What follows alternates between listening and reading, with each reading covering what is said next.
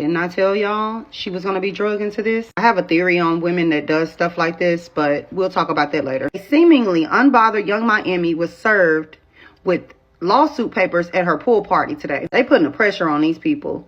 The server that served her made a post on Instagram. We'll get to that. But it says young Miami hasn't said much about her alleged involvement in Diddy's accusations, but it turns out that she apparently has other legal issues to deal with. Because of her Act Bad brand, she's being sued for copyright infringement. In that article, it doesn't detail who is suing Caresha. So I had to go back in March to see if Diddy had been sued for copyright infringement. Here's what I found. So it says an inmate in New York's Collins Correctional Facility is accusing Diddy of trademark infringement and breach of contract. Charles Kenyatta Jr. is the one that's suing Diddy. And I'm going to assume this is the same person that's suing young Miami as well. But he is alleging that Combs infringed on his trademark of Act Bag and ignored emails from his lawyers about the trademark. Although incarcerated, Kenyatta feels as though Diddy could have sent these papers to his power of attorney to get the paperwork signed. Amongst that, he is saying that somebody else's name was on this contract, but it was removed. Kenyatta feels like Diddy set up a scheme to remove him from the contract, therefore allowing him to use the Act Bad brand, therefore allowing Diddy and his team,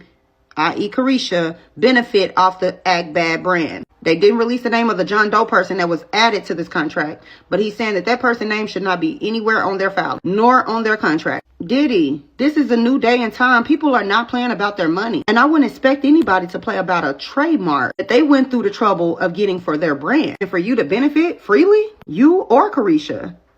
It's not the 90s no more. So after Diddy decides to sign this contract with this John Doe person and without Kenyatta's consent, I guess Diddy was thinking because he was in jail, there was nothing that Kenyatta could really do because he was incarcerated. But it says the defendant, Sean Combs, used the trademark that caused confusion as to the affiliation connection according to the filing. That's what I found.